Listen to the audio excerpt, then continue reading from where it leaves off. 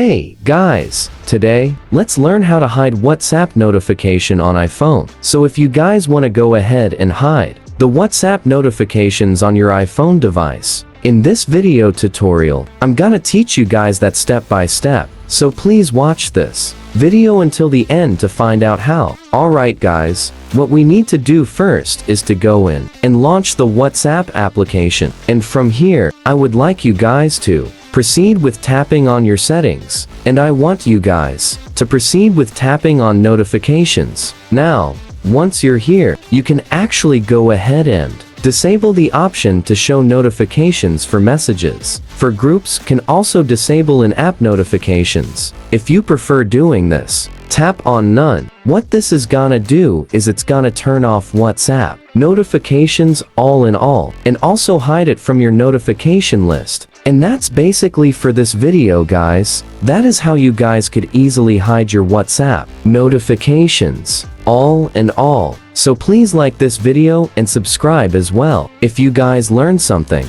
And take care.